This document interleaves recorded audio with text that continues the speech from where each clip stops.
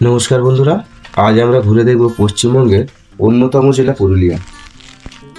লাল মাটির পথ, সবুজ অরণ্য, পাহাড়, ঝর্ণা আর লোক সংস্কৃতির এক অপূর্ব মিলন এই জেলার প্রতিটি কোণে ছড়িয়ে আছে।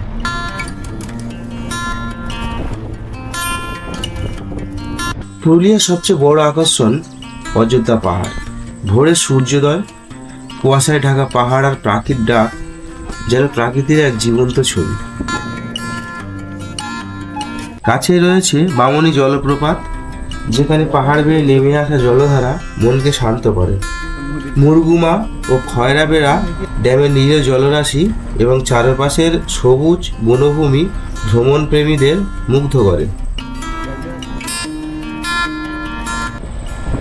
এখানকার মানুষের সরলতা, অতিথিপরায়ণতা এবং গ্রামীণ জীবনের সৌন্দর্য প্রতিটি ভ্রমণকে করে তোলে স্মরণীয়।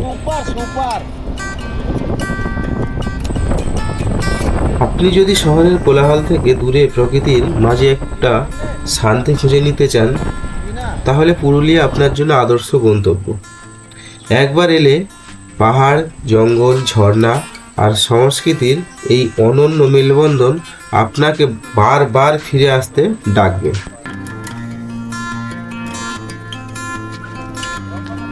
ভিডিওটা এখানেই শেষ করলাম।